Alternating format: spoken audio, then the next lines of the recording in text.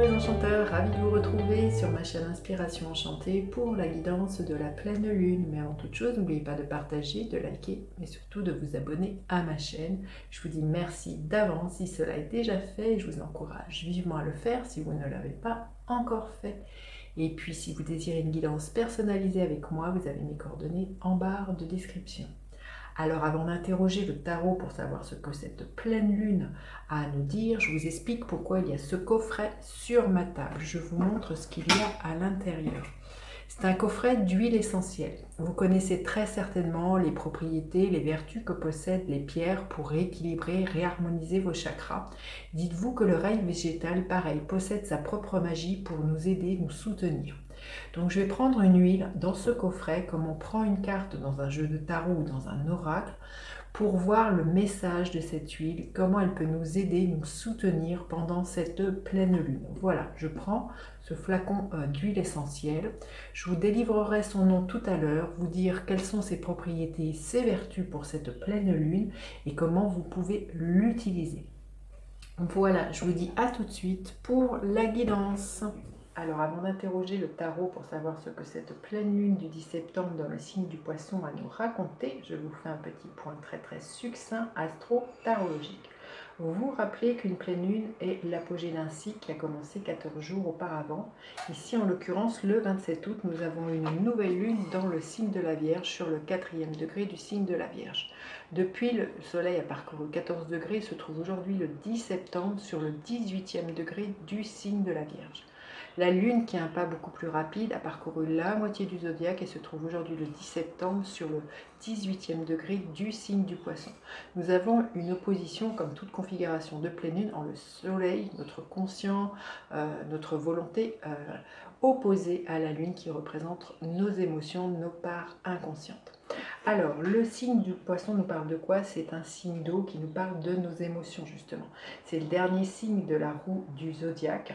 Donc, il peut être question, avec cette pleine lune, de clôturer un chapitre. En l'occurrence, pour certains, un chapitre qui a commencé quand il y a eu une nouvelle lune en Poisson, donc il y a 6 mois, donc quand c'était au mois de mars. On peut arriver vraiment avec cette pleine lune avec des prises de conscience, des choses que l'on doit clôturer, à une fin de schéma, à une fin de relation. Il y a quelque chose comme ça qui peut être là pour vous en cette saison-là. Donc le signe du Poisson, pour en revenir à ce signe-là, nous parle de spiritualité, d'intuition, d'imagination et d'inspiration.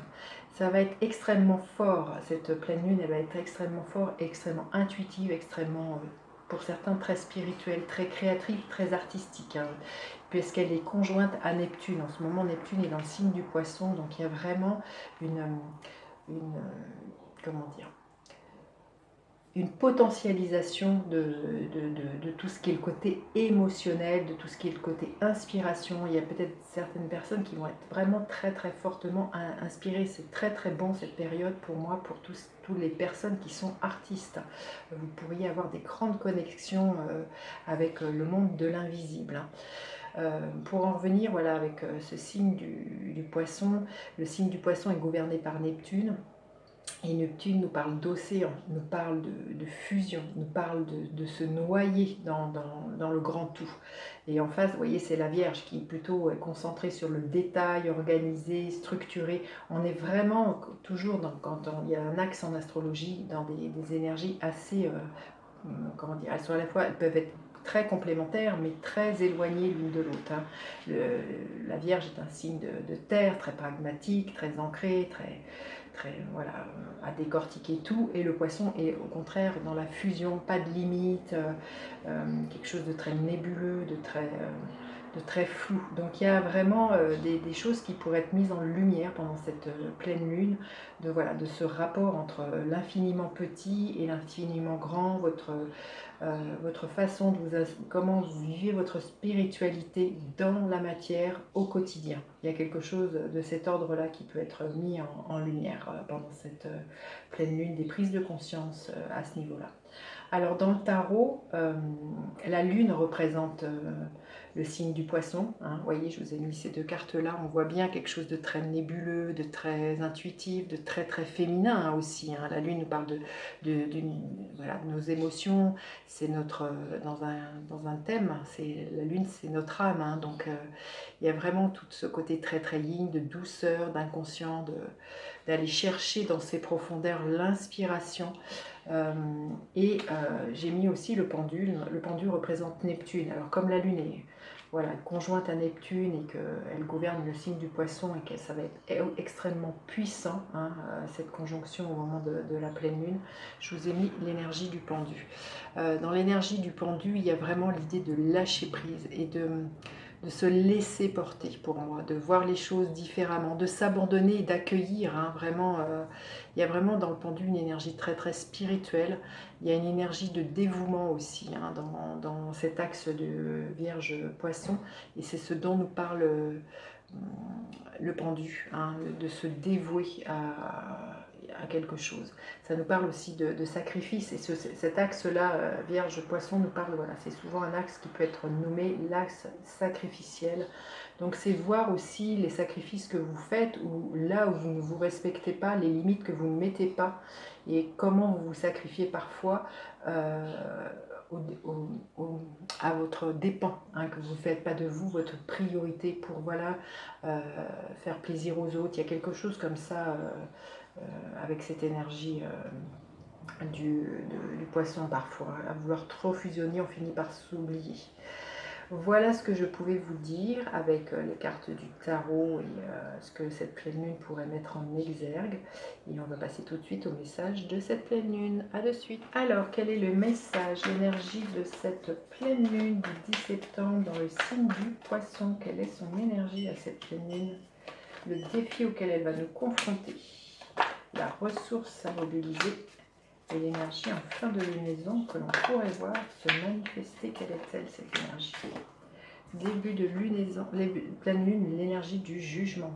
Incroyable, il me semble que c'est la carte qui est sortie pour l'énergie de cette semaine. Il y a un renouveau, il y a un appel que vous entendez. Hein. Ça, c'est clair qu'avec cette pleine lune, comme je vous dis, hein, pour certains, surtout pour les artistes, hein, on va vous souffler des messages. Il y a vraiment une très très grande connexion au monde spirituel. Il y en a vraiment qui pourraient avoir vraiment de la clairaudience qui se décuple à ce moment-là, ou vraiment comme avoir une fulgurance de mettre dans la matière ce qu'ils ressentent par la peinture, par le chant, par... je ne sais pas, il y a un appel là avec cette pleine lune, il y a vraiment... vous voyez ces personnages qui sortent du tombeau, il y a quelque chose qui vous réveille, il y a une prise de conscience, peut-être pour certains qui peut être au niveau professionnel en vous disant Eureka, c'est ça que j'ai envie de faire, ou au niveau sentimental, il peut y avoir un coup de foudre, vous entendez l'appel, il y a comme une évidence ou l'idée de donner une seconde chance à quelque chose dans sa vie. Avec l'énergie du jugement, hein. C'est très très fort. Mais vous voyez, on voit, hein, il y en a qui vont vraiment entendre la mélodie des sphères célestes, hein, je pense. Hein. Il y a vraiment pour moi une très très grande connexion spirituelle pendant cette pleine lune. Alors, ensuite, le défi, l'énergie de l'impératrice. Il va falloir ne pas douter que l'on est abondant, foisonnant, de ne pas douter de sa créativité, ne pas douter que l'on puisse mettre au monde quelque chose, hein, justement par rapport à cet appel que l'on peut entendre. Il y a vraiment quelque chose comme ça, de ne pas douter que l'on puisse créer dans la matière. Voyez, ne pas rester... tout l'enjeu, c'est que ces messages qui vont venir, ces intuitions fulgurantes, tout l'enjeu, ça va être vraiment de les concrétiser, que ça ne reste pas que dans la sphère de la tête. Il va falloir pour moi aller chercher l'énergie qui est en face du poisson, comme je vous expliquais, l'énergie de la Vierge, ancrer les choses. Ça va être tout le défi, c'est que toutes ces idées-là qui vont vous venir, ça va être vraiment de porter ce projet jusque dans la matière et que ça ne reste pas à l'état, voilà, comment dire, ce que je viens de vous dire, à l'état complètement flou, complètement nébuleux, complètement désincarné de ce que je ressens. Là, il va falloir pour moi porter ces projets dans la matière et vraiment, voyez, pour certains, ça va être d'écrire, ça va être de peindre, ça va être vraiment de passer par le corps de ce que je ressens, d'incarner cet appel-là.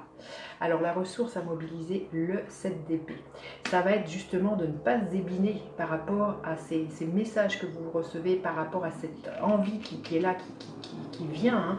Ça va être de prendre ses responsabilités, ça va être surtout pas de ne pas fuir. Justement, le Neptune, souvent, c'est la planète qui, bien souvent, on peut l'associer, Neptune, de se réfugier dans des paradis artificiels pour oublier, comment dire, le monde terrestre. Il peut être vraiment question de drogue, de ne pas prendre ses responsabilités, de fuir, une espèce de fuite. On voit ce personnage qui prend la tangente.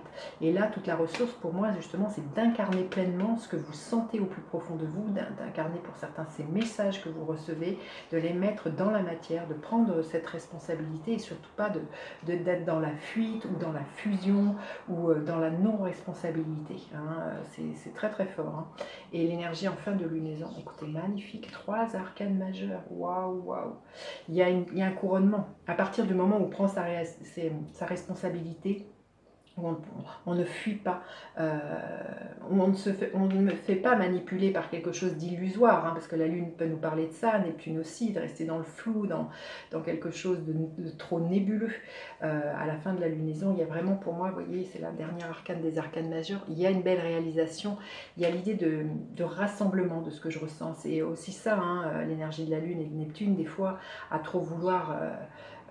voilà, ne pas poser de limite, il y a quelque chose de trop fusionnel, on se dilue, on se noie. Et là, je sens qu'il y a vraiment, pour moi, à la fin de la lunaison, l'idée d'un recentrage, d'une protection, d'une limite que l'on met entre soi et les autres, peut-être d'arrêter aussi pour certains de se sacrifier. Il y a quelque chose comme ça, en tout cas, il y a un couronnement, il y a une belle réalisation, il y a un aboutissement à la fin de la lunaison, mais ce que je ressens, c'est ça, c'est un recentrage sur ce qui a de l'importance pour vous dans votre vie, sur ce que vous voulez concrétiser, sur ce que vous voulez enfanter. L'impératrice nous parle de ça, mais ça va vraiment passer par voilà, faire des choix pour ancrer, aller les mettre dans la matière, à structurer, à organiser. Voilà, il y a quelque chose de très très fort comme ça. Allez, on va aller demander un message supplémentaire que l'on aurait besoin d'entendre pour cette pleine lune en poisson. Quel est le message ? Ange de la force, écoutez, magnifique. On vous dit d'avoir confiance, de dompter vos peurs et d'avoir confiance dans le processus, d'avoir confiance déjà pour certains, ça peut être très déroutant, hein, là, cet appel-là qui va venir, ou cette évidence, ou ce projet pour certains très créatif. Là, on vous dit que vous êtes accompagné par l'ange de la force. Pour moi, là, cette carte-là, elle est très plexus solaire. 3e chakra, c'est d'avoir le courage, hein, justement, d'avoir le courage d'incarner, même si ça peut paraître un peu foufou, hein, d'incarner cet appel, cette mission que vous sentez pour certains, d'incarner vraiment pleinement quelque chose de très artistique. Et là, on vous dit d'avoir vous allez avoir la force, et c'est de prendre votre place, hein, c'est ça, prendre votre place dans votre monde, là, il y a quelque chose comme ça, de vous affirmer, de ne pas avoir peur de vous affirmer, il y a quelque chose comme ça, il y a quelque chose de très puissant, là, de ce que je ressens qui pourrait ressortir. On va demander le gardien de la lumière auquel on pourrait faire appel pendant cette lunaison. Quel est le gardien de la lumière qui accompagne cette pleine lune? Quel est le gardien de la lumière? Celle-ci, charité, prière et contemplation. Oui, avec Neptune, hein, il y a vraiment... j'entends tutoyer les sphères célestes et la prière, c'est ça. Priez pendant cette pleine lune, hein, vous allez être entendu, c'est ce que l'on veut bien vous dire. Connectez-vous au ciel, c'est exactement ça. Demandez, vous recevrez. Je pense que pour certaines personnes, il va y avoir comme des miracles, de ce que j'entends, vraiment par rapport à vos demandes, par rapport à ce que vous...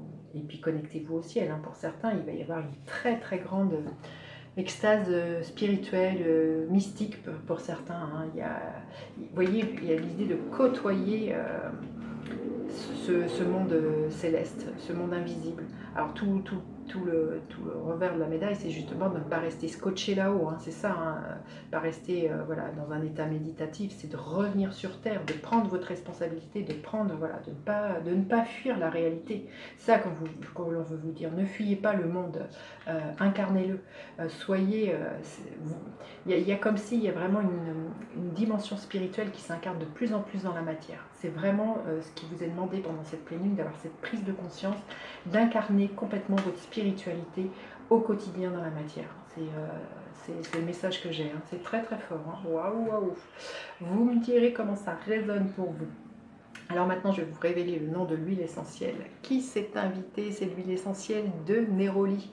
Donc c'est une huile essentielle qui aide à se réguler dans les rythmes de la vie. Vous voyez, la lune, c'est bien un des astres qui rythme qui rythme nos vies. Hein. Donc cette huile, elle va nous aider justement à accepter les rythmes de la vie. Voilà, comme je vous ai dit, on arrive peut-être pour certains à la fin d'un cycle, hein, parce que c'est le dernier signe du zodiaque, le poisson. Donc là, il y a peut-être des changements, des choses à clôturer dans votre vie. Vous verrez comment ça vous parle. Et c'est une huile justement qui aide justement à se réguler par rapport à ces changements de saison, de rythme de vie.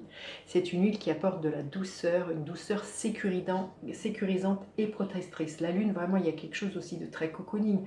La lune, elle gouverne le cancer. Le cancer nous parle justement de notre habitation, de nos racines. Donc il y a vraiment quelque chose de sécurisant avec cette huile qui pourrait être là pour vous si vous en avez besoin. Elle équilibre les aspects du féminin et du masculin en soi, hein, cette huile.